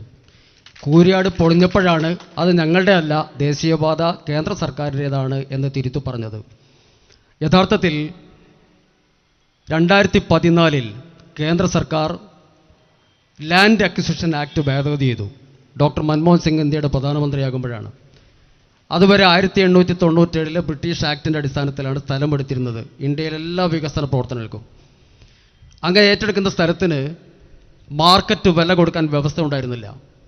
സർക്കാർ താരിഫ് പ്രകാരമുള്ള തുക മാത്രമേ കൊടുക്കാൻ പറ്റൂ, മറ്റ് നഷ്ടപരിഹാരം കൊടുക്കാൻ പറ്റുമായിരുന്നില്ല. എന്നാൽ 2014 ആക്ടിൽ ഭേദഗതി വന്നു, മാർക്കറ്റ് വിലക്ക് സ്ഥലമെടുക്കാം എന്ന വ്യവസ്ഥ വന്നു. മാത്രമല്ല, ആ സ്ഥലം നഷ്ടപ്പെടുന്നതുകൊണ്ട്, കെട്ടിടം നഷ്ടപ്പെടുന്നതുകൊണ്ട് അവരുടെ ഉപജീവനവുമായി ബന്ധപ്പെട്ട നഷ്ടപരിഹാരം കൂടി കൊടുക്കാം എന്ന വ്യവസ്ഥ വന്നു. ആ വ്യവസ്ഥ 2014 നടപ്പായി. അതിനുശേഷം അതിന് ഗവൺമെൻറ് മാറി. 2014 നരേന്ദ്രമോദി ഗവൺമെൻറ് അധികാരത്തിൽ വന്നു. നരേന്ദ്രമോദി ഗവൺമെൻറ് ആ നിയമത്തിന് വീണ്ടും 2015 ഭേദഗതി കൊണ്ടുവന്നു. അപ്പോഴേക്ക് കേരളത്തിലെ ഐക്യജനാധിപത്യ മുന്നണി ഗവൺമെൻറ് കാലാവധി കഴിഞ്ഞു. 2016 ഇടതുപക്ഷം അധികാരത്തിൽ വന്നു. അന്ന് UPA ഗവൺമെൻറ് ഉണ്ടാക്കി വെച്ച ആക്ടിൻ്റെ അടിസ്ഥാനത്തിൽ ജനങ്ങൾക്ക് മതിയായ നഷ്ടപരിഹാരം കൊടുത്തപ്പോൾ ആളുകൾ സ്ഥലം കൊടുക്കാൻ തയ്യാറായി. കോടിക്കണക്കിന് രൂപ അനുവദിച്ച് കിട്ടിയപ്പോൾ സ്ഥലം കൊടുക്കാൻ തയ്യാറായി. ഇന്ത്യയിൽ കർണാടകം ഉൾപ്പെടെ ഒരുപാട് സംസ്ഥാനങ്ങൾ ദേശീയപാത വികസനത്തിന് വേണ്ടി ഫണ്ട് കൊടുത്തിട്ടുണ്ട്. കേരളം മാത്രമല്ല. അതൊരു അബദ്ധമായ വാദമാണ്.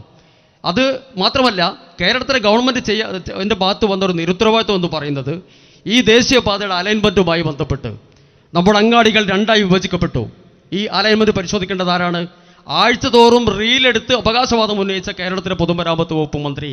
അതുമായി ബന്ധപ്പെട്ട എല്ലാ ആഴ്ചയും ഞങ്ങൾ കൂടിയിരിക്കുന്നുണ്ട്, എഞ്ചിനീയർമാരുടെ യോഗം വിളിക്കുന്നുണ്ട്, ഞങ്ങൾ അവലോകനം നടത്തുന്നുണ്ട് എന്ന് കൂരിയാട് ദേശീയപാത പൊളിഞ്ഞു വീഴുന്നതുവരെ അവകാശവാദം ഉന്നയിച്ച മന്ത്രി ഈ അലൈൻമെൻറ്റുമായി ബന്ധപ്പെട്ട് പലതവണ കേരളത്തിലെ MLA നിരന്തരം ബന്ധപ്പെട്ടിട്ട് എന്ത് നടപടിയാണ് സ്വീകരിച്ചത്?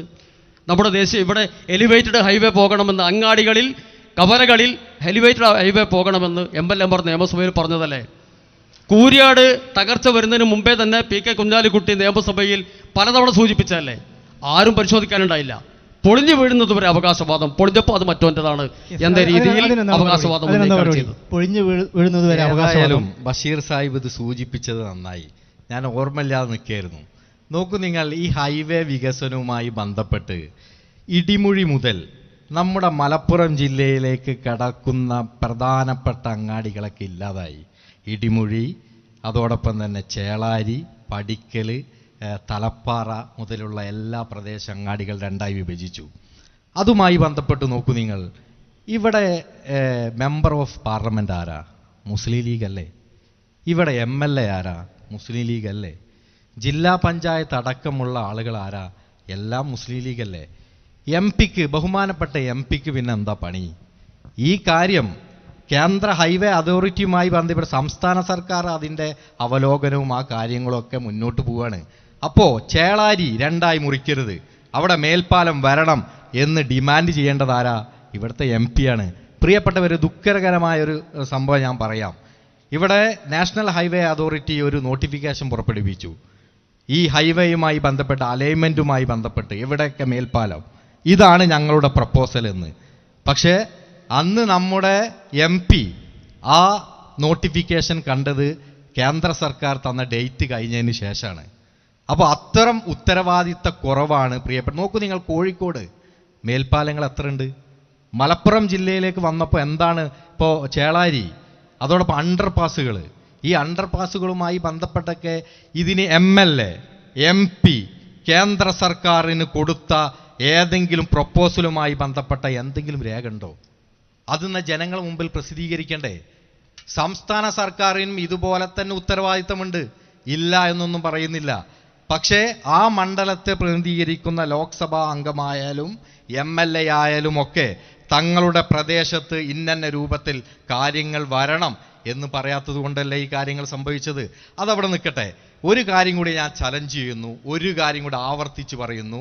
സ്ഥലം ഏറ്റെടുക്കലുമായി ബന്ധപ്പെട്ട് 27 സംസ്ഥാനങ്ങളും ഒരു രൂപ പോലും കേന്ദ്ര ഗവൺമെന്റിന് കൊടുത്തിട്ടില്ല എന്നുള്ളത് ഇതാ രണ്ടാളെ ഞാൻ ചലഞ്ച് ചെയ്യാണ്.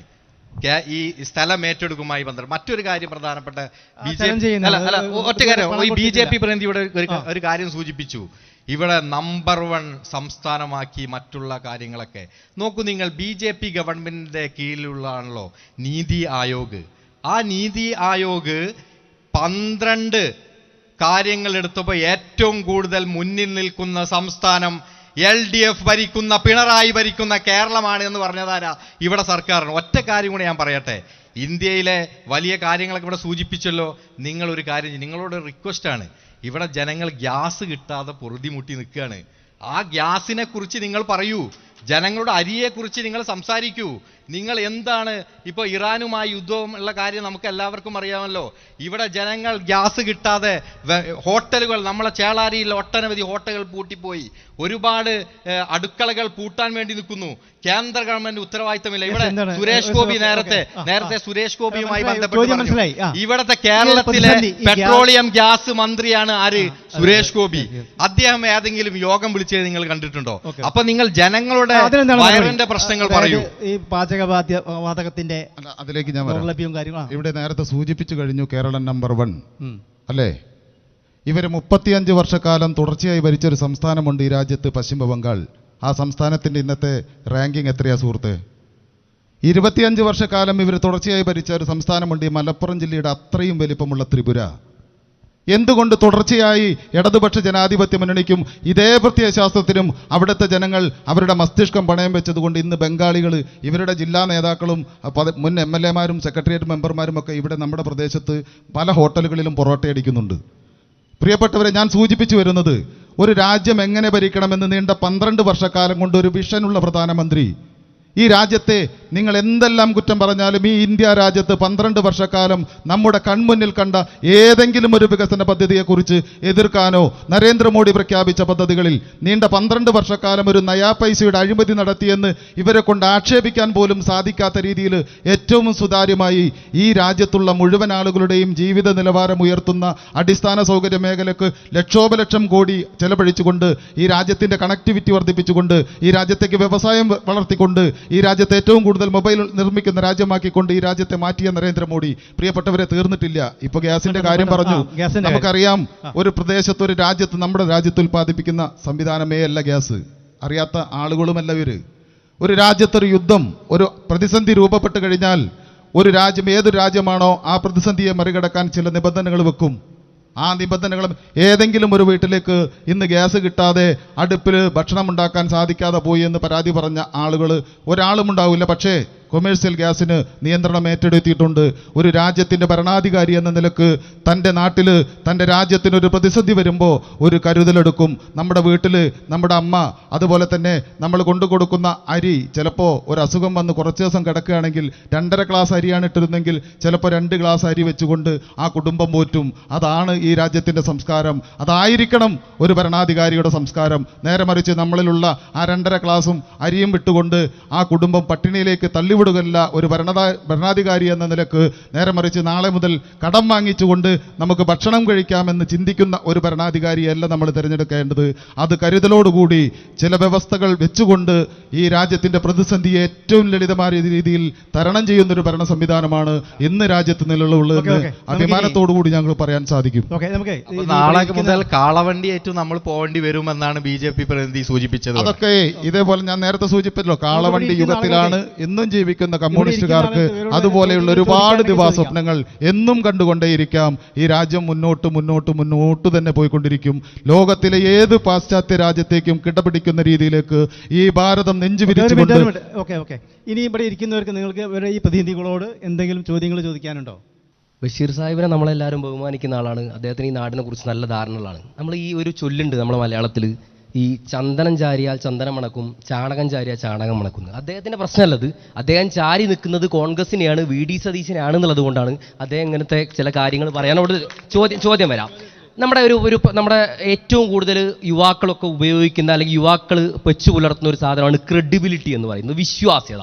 ഈ വിശ്വാസ്യതയെക്കുറിച്ച് എനിക്ക് ചോദിക്കാനുള്ള UDF പ്രതിനിധിയോട്, ഇപ്പോൾ ഞാൻ ഒരു തെളിവ് ഇപ്പോൾ ഞാൻ നിങ്ങളുടെ മുന്നിൽ കാണിക്കാം. ഇന്നലെ പ്രതിപക്ഷ നേതാവല്ല KPCC അധ്യക്ഷൻ വെച്ച ഒരു കണക്കുമായി ബന്ധപ്പെട്ട് 5 കോടി ചില്ലറയാണ് ഈ പറഞ്ഞ വയനാട് ആപ്പ് ഉപയോഗിച്ച് വയനാട് ദുരിതാശ്വാസ നിധിയുമായി ബന്ധപ്പെട്ട് അവർ പിരിച്ചതെന്നുള്ളൊരു കണക്ക്.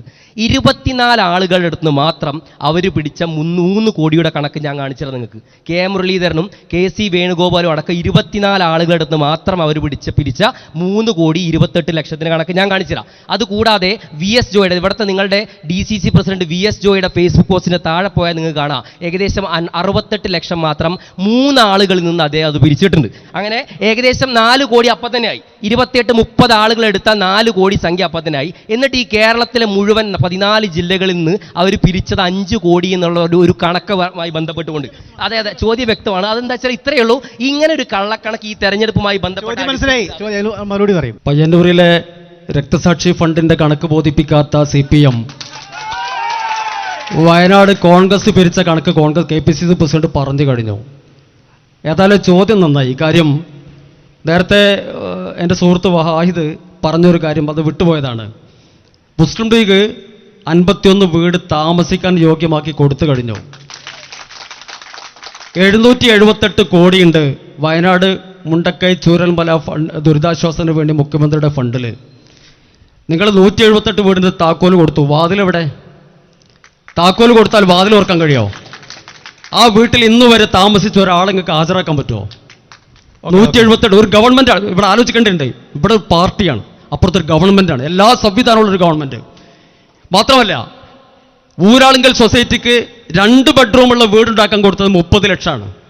ഞങ്ങൾ 3 ബെഡ്റൂമുള്ള വീടുണ്ടാക്കിയത് 20 ലക്ഷം കൊണ്ടാണ്. ഒരു വീടിന്മേൽ തട്ടിപ്പ് നടന്നത് 10 ലക്ഷത്തിലധികം ഉറുപ്പയാണ്. അങ്ങനെ 178 വീട് ഇപ്പോൾ 400ഓളം വീട് ഉണ്ടാക്കാൻ പോകുന്നുണ്ട്. എത്ര കോടിയാണ് ആ പാവങ്ങളുടെ ഫണ്ടിൽ നിന്ന് വെട്ടിക്കുന്ന നിങ്ങൾ ആലോചിച്ച് നോക്കൂ. ചോദ്യം ചോദിക്കാൻ പേടിയുണ്ട്. ചിലപ്പം വീട്ടിൽ പോയി ചോദിക്കണം എന്ന് പറയാമെന്നുള്ളൊരു പേടിയോട് കൂടി ഞാൻ ചോദിക്കണത്. പിന്നെ 9 തവണ ഫയല് മാറ്റി വെച്ചതിന് എനിക്ക് ഒരു പ്രയാസം തോന്നുന്നില്ല. 40 തവണയാണ് ലാവലിംഗ് കേസ് മാറ്റി വെച്ച്. പിന്നെ അതിൽ എന്തോ 9 എന്നാലും 31 മൈനസാ. പിന്നെ മറ്റൊരു കാര്യം ഇവിടെ പറഞ്ഞല്ലോ, പോളിയുടെ അനാസ്ഥ. നിങ്ങൾ 2 ആളും പോണം പോണിയിൽ. നിങ്ങൾ 2 ആളും കൂടി അല്ലേ പോണേ ഇപ്പോൾ എല്ലായിടത്തും. നിങ്ങൾ NDAക്കാരും LDF കൂടിയാണ് എല്ലായിടത്തും ഇപ്പോൾ പോണത്. അത് ചോദ്യത്തിലേക്ക് വരണമെങ്കിൽ മറ്റു കാര്യങ്ങൾ പറയട്ടെ. ഞാൻ പറഞ്ഞത് നിങ്ങൾ 2 പേരും കൂടി തന്നെ പോകണം. നിങ്ങൾ 2 പേരും കൂടിയാണ് പോളിയിലേക്ക് പോകേണ്ടത്. ഞങ്ങളത് അപ്ഗ്രേഡ് ചെയ്ത ആളുകളാണ്. പിന്നെ ഒരു കാര്യം ചോദിക്കാനുള്ളത്, ഈ ഗ്യാസിനെ പറ്റി പറഞ്ഞല്ലോ. വയനാട് വീടുണ്ടാക്കി നിങ്ങൾ ചാവി കൊടുത്തു. ഞങ്ങളൊക്കെ കൊടുത്ത പൈസയാണത്. മറ്റേത് കോൺഗ്രസ് കൊടുത്തത്, മറ്റേ ലീഗ് കൊടുത്തത്. ഞങ്ങൾ കൊടുത്ത പൈസ മുഖ്യമന്ത്രിൻ്റെ CMDRF എന്ന് പറഞ്ഞ ഫണ്ട്. അതിൽ ആളുകൾ താമസിക്കണില്ല എന്ന് മാത്രമല്ല, യൂത്ത് ലീഗ് ഹോട്ടൽ ഉണ്ടാക്കിയ ഹോട്ടൽ പൂട്ടിച്ച നിങ്ങൾക്ക് എന്ത് ഗ്യാസ് ഇറാനിൽ കിടക്കുന്ന സാധനം പിന്നല്ലേ.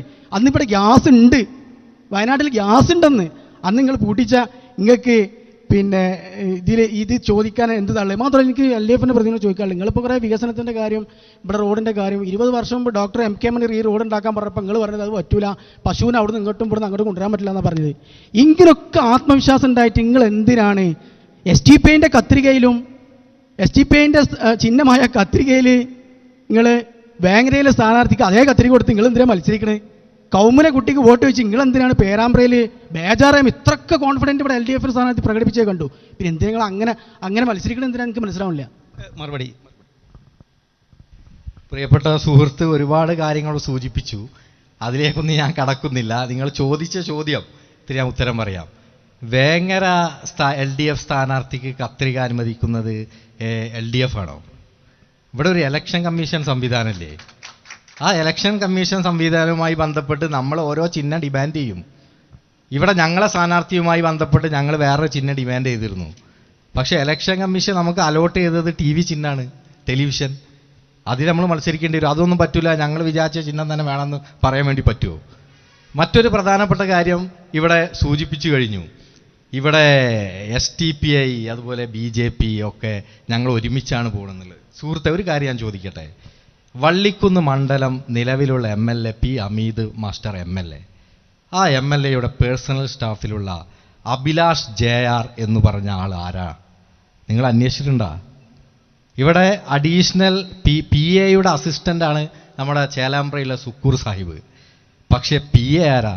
തിരുവനന്തപുരം നെടുമങ്ങാട് സ്വദേശിയായ അസലി BJP ബാക്ക്ഗ്രൗണ്ടിലുള്ള അഭിലാഷ് JR എന്നുള്ള വ്യക്തിയാണ്. ഡെപ്യൂട്ടേഷൻ അല്ലട്ടോ, ഡയറക്റ്റ് MLA നിയമിച്ച ആളാണ്. അപ്പോൾ ഡീൽ ആര് തമ്മിലാണെന്നുള്ളത് ഞാൻ പ്രത്യേകം പറയേണ്ട കാര്യമില്ലല്ലോ. അതൊന്ന് അന്വേഷിക്കണം നിങ്ങൾ. ആർക്കെങ്കിലും ചോദ്യങ്ങളുണ്ടോ? UDF പ്രതിനിധിയോടെ ചോദിക്കാനുള്ളത്, ഉമ്മൻചാണ്ടി സർക്കാർ ഭരിച്ച കാലത്താണ് 36 ഗവൺമെൻറ് കോളേജുകൾ അനുവദിച്ചെന്നുള്ളത്. അതൊക്കെ സത്യം തന്നെയാണ്. നമ്മളുടെ ജില്ലയിൽ നമുക്ക് പോയാൽ കാണും, നിലമ്പൂർ ഗവൺമെൻറ് കോളേജും താന്നൂർ ഗവൺമെൻറ് കോളേജൊക്കെ കാണാം. UDFൻ്റെ അഭിപ്രായത്തിൽ ഗവൺമെൻറ് കോളേജ് ഉണ്ടാക്കുക പറഞ്ഞാൽ എന്താണ്? താന്നൂർ കോളേജ് പോയാൽ അറിയാം, കോയിപ്പീഡിയൻ്റെ മേലെ ഇനി താന്നൂർ കോളേജ് എന്നുള്ളത്. 2 വാടക മുറി കെട്ടിടം എടുത്തിട്ടാണ് താന്നൂർ ഗവൺമെൻറ് കോളേജ് അനുവദിച്ചത്. പക്ഷേ ഇന്ന് നമുക്ക് മാറ്റം കാണാം. താന്നൂർ ഗവൺമെൻറ് കോളേജിൻ്റെ പുതിയ കെട്ടിടത്തിൻ്റെ ഉദ്ഘാടനം കഴിഞ്ഞ മാസം കഴിഞ്ഞിട്ടുണ്ട്. അതുപോലെ ചോദിക്കാനുള്ളതാണ്, ഈ RSS ഡീല് എൻ്റെ കൗമിന് വോട്ട് ചോദിച്ചു എന്നൊക്കെ പേരാമ്പ്ര പറഞ്ഞത്. ഇന്നലെ നമ്മൾ കാസർഗോഡ് മണ്ഡലത്തിൽ കണ്ടു, ഷാനവാസ് ഒരു മുനാഫിക്കാണ് എന്നാണ് യൂത്ത് ലീഗിൻ്റെ വനിതാ ലീഗിൻ്റെ നേതാവ് പറഞ്ഞിട്ടുള്ളത്. കാസർഗോഡിലെ LDF സ്ഥാനാർത്ഥി മുനാഫിക്കാണ് എന്നുള്ളതാണ്. ലീഗിൻ്റെ അഭിപ്രായം എന്തായാലും അതാണ് ചോദ്യം ചോദിക്കാനുള്ളത്. താനൂർ കോളേജ് ഐക്യജനാധിപത്യ മുന്നണി അനുവദിച്ച് കാലാവധി കഴിഞ്ഞ് ഇറങ്ങിപ്പോന്നു. 10 വർഷം താനൂർ MLA ആരാ? വള്ളിക്കുന്നിലെ MLA കുറിച്ച് പറയുന്ന ആളുകൾ താനൂരിലെ MLA കുറിച്ച് പറയണ്ടേ? അതിൽ 5 കൊല്ലം മന്ത്രിയാണ്. ഇപ്പോൾ കഴിഞ്ഞ ആഴ്ച ഉദ്ഘാടനം ചെയ്തത് എങ്ങനെയാ? പണി തീരാത്ത കെട്ടിടമാണ്. 10 കൊല്ലമായിട്ട് എന്ത് ചെയ്യുന്നു പണി? 10 കൊല്ലമായി ഞങ്ങൾ അനുവദിച്ചൊരു കോളേജിന് കെട്ടിടമുണ്ടാക്കാൻ കഴിയാത്ത ഒരു MLA ആയിരുന്നു 5 കൊല്ലം മന്ത്രിയായി താനൂരിലുണ്ടായിരുന്നത് നിങ്ങൾ പറഞ്ഞൊരർത്ഥം. പിന്നെ ഈ കേസുണ്ടല്ലോ, പിന്നെ മതം പറഞ്ഞ് വോട്ട് പിടിക്കുന്ന കേസ്, കാഫറിൻ സ്ക്രീൻഷോട്ട് ഉണ്ടാക്കിയത് ആരാ? എന്തേ റിബേഷ് രാമകൃഷ്ണനെ പിടിക്കാതിരുന്നത്? അതിലെ യഥാർത്ഥ പ്രതി റിബേഷാണ്, ഡിവൈഎഫ്ഐയുടെ ബ്ലോക്ക് പ്രസിഡന്റാണെന്ന് ബോധ്യമായപ്പോൾ പിണറായി പോലീസ് എന്തേ കേസ് അവസാനിപ്പിച്ചത്? മൊബൈലിൽ വിവരം കിട്ടിയില്ല എന്ന് പറഞ്ഞു. എന്തുകൊണ്ട് കിട്ടിയില്ല? ആ കേസ് അവസാനിപ്പിച്ചു. ഇങ്ങനെ അതേപോലെ ഫാത്തിമ തഹ്ലിയ കൗമിൻ്റെ കുട്ടിയാണെന്ന് പറഞ്ഞ് ആരാ പറഞ്ഞത്? CPM ആണ്. ആരെങ്കിലും അനൗൺസ് ചെയ്തതല്ല, സ്റ്റുഡിയോയിൽ റെക്കോർഡ് വെച്ച് അനൗൺസ് ചെയ്ത കാര്യം CPM-ന്റെ ഇടതുപക്ഷത്തിൻ്റെ പ്രചരണ വണ്ടിയിൽ നടത്തിയ അനൗൺസാണ്, റെക്കോർഡഡ് അനൗൺസാണ്, തെളിവുണ്ട്. എന്തിനാത് പറയണത്? ഞങ്ങളാരും പറഞ്ഞിട്ടില്ല. ഇനി കൗണ്ടർ കേസ് ഉണ്ടായി. എന്താ കൗണ്ടർ കേസ്? അവിടെ നേരത്തെ മത്സരിച്ച CPM-ന്റെ വനിതാ മെമ്പർ, നേരത്തെ മുൻ മെമ്പറായിട്ടുള്ള ആൾ പറഞ്ഞു, ഇങ്ങനെ ഒന്ന് പറഞ്ഞു. എന്താ പറഞ്ഞത്? ഫാത്തിമ തഹ്ലിയ പറഞ്ഞോ? ഇല്ല, പറഞ്ഞിട്ടില്ല. കൂടെ വന്നവർ പറഞ്ഞോ? ഇല്ല, ഓലൊക്കെ എൻ്റെ അയൽവാസികളാ, അവർ പറഞ്ഞിട്ടില്ല. പിന്നെ ആരാ പറഞ്ഞത്? പുറത്ത് കുറച്ച് ആൾക്കാർ നിന്നിരുന്നു, അവർ പറഞ്ഞു എന്നാണ്. കൗണ്ടർ കേസ് ഉണ്ടാക്കുകയാണ്. അങ്ങനെ പറഞ്ഞിട്ടല്ല, പേരാമ്പ്രയുടെ കുട്ടിയാണ് ഫാത്തിമ തഹ്ലിയ. ഐക്യ ജനാധിപത്യ മുന്നണി ആ അർത്ഥത്തിലാണ് അവിടെ നിർത്തിയിട്ടുള്ളത്. അവിടെ ഒരു മതത്തിൻ്റെയും വോട്ട് ചോദിക്കുന്നില്ല. LDF-ന്റെ പ്രതിനിധിയോടാണ്. കേരളത്തിൽ സാധാരണ രീതിയിൽ നടന്നു വരുന്ന ചില പ്രക്രിയകളോട് വരുന്ന വികസനങ്ങളുണ്ട്.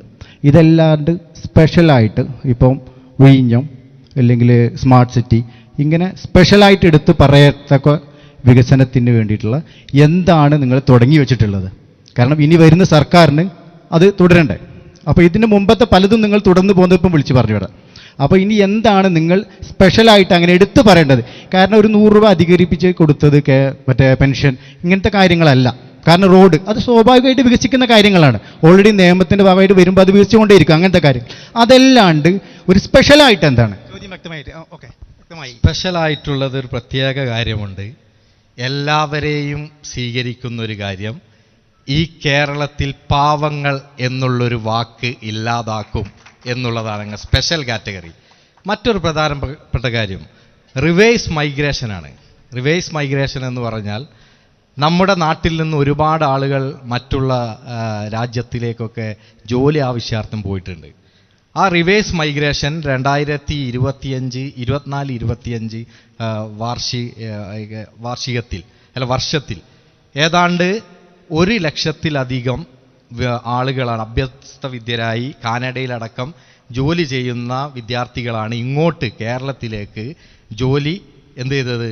ഇവിടെയുള്ള സ്മാർട്ട് സിറ്റികളിലും ജോലി ആവശ്യം ഇവിടെ റീജോയിൻ ചെയ്തത്. ആ റിവേഴ്സ് മൈഗ്രേഷൻ സമ്പൂർണ്ണമാക്കി മാറ്റുക എന്നുള്ളതാണ് ഒന്നാമത്തെ ഞങ്ങളുടെ പ്രധാനപ്പെട്ട കാര്യം. മറ്റൊരു കാര്യം, സമ്പൂർണമായി പുതിയ പദ്ധതികളുമായി ബന്ധപ്പെട്ട് ഞങ്ങൾക്ക് സൂചിപ്പിക്കാൻ, അതെ ഹൈടെക്, ഞാൻ പറയട്ടെ, അതെ പുതുതായി ഞങ്ങൾക്ക് ഒരുപാട് കാര്യങ്ങൾ ഇവിടെ ചെയ്യാനുണ്ട്. അതിലാണ് എന്ത് സമ്പൂർണമായിട്ടുള്ള ഹൈടെക് സ്മാർട്ട് വില്ലേജുകളടക്കം കാർഷിക രീതി, ഒരു ചൈനീസ് മോഡൽ കാർഷിക രീതി ഞങ്ങൾ കൊണ്ടുവരാം. അതിൽ കളിയാക്കേണ്ട, അതിൽ പ്രധാനപ്പെട്ട ഒരു കാര്യം ഞാൻ പറയാനുണ്ട്. ഇപ്പോൾ നമ്മളെ കാർഷിക രീതി കാലാവസ്ഥ വ്യതിയാനം അതിരൂക്ഷമാണ്. നമ്മൾ വിചാരിക്കാത്ത സമയത്തപ്പോൾ മഴ വരുന്നത്, വാഴ വെക്കുന്ന ഒരു കാലാവസ്ഥയിൽ മഴ അധികം പെയ്യില്ല എന്നുള്ളൊരു വിശ്വാസം നമുക്കുണ്ട്. പക്ഷെ ആ കാലാവസ്ഥ വ്യതിയാനം മൂലം അത് തെറ്റിയിട്ടുണ്ട്.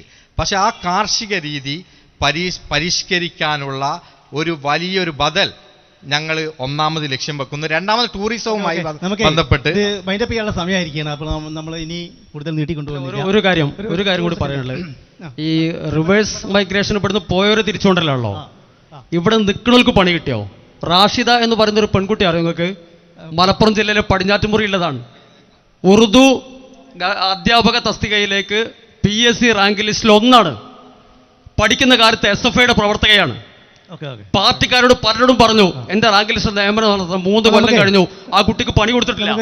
PSC റാങ്ക് ലിസ്റ്റിൽ 1ാമത് വന്ന ആൾക്ക് പണി കൊടുക്കാത്തവരാണ് ഇവിടുന്ന് പോയവരെ തിരിച്ചുകൊണ്ടിരുന്നത്.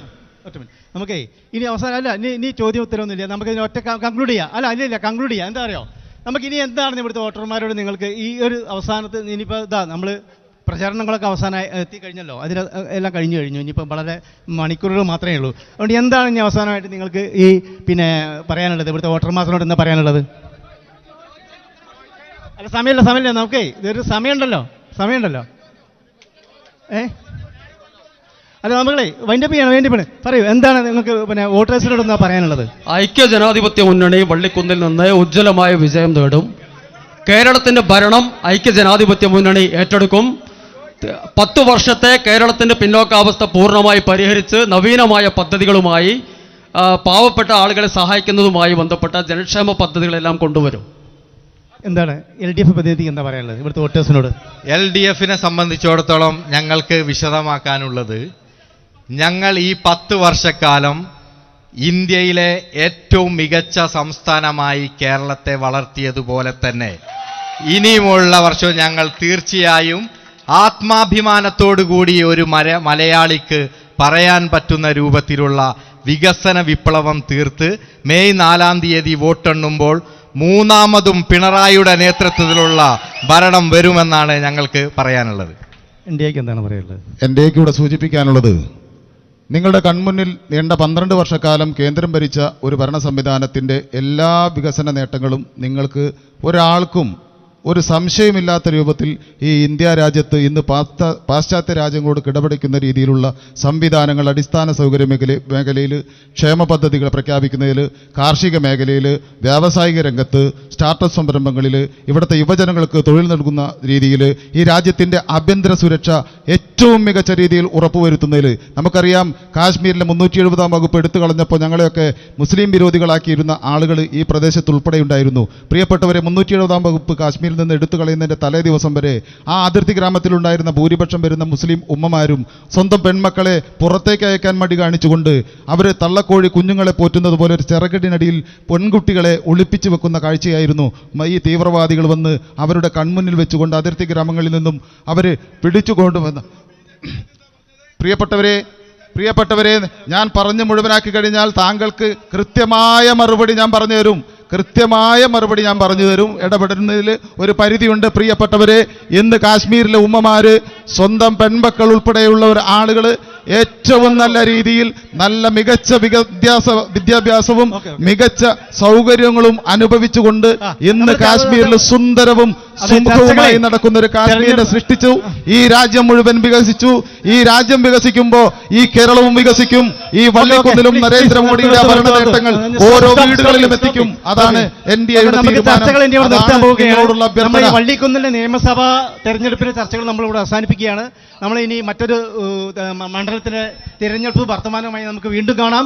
എല്ലാവർക്കും നന്ദി, നമസ്കാരം.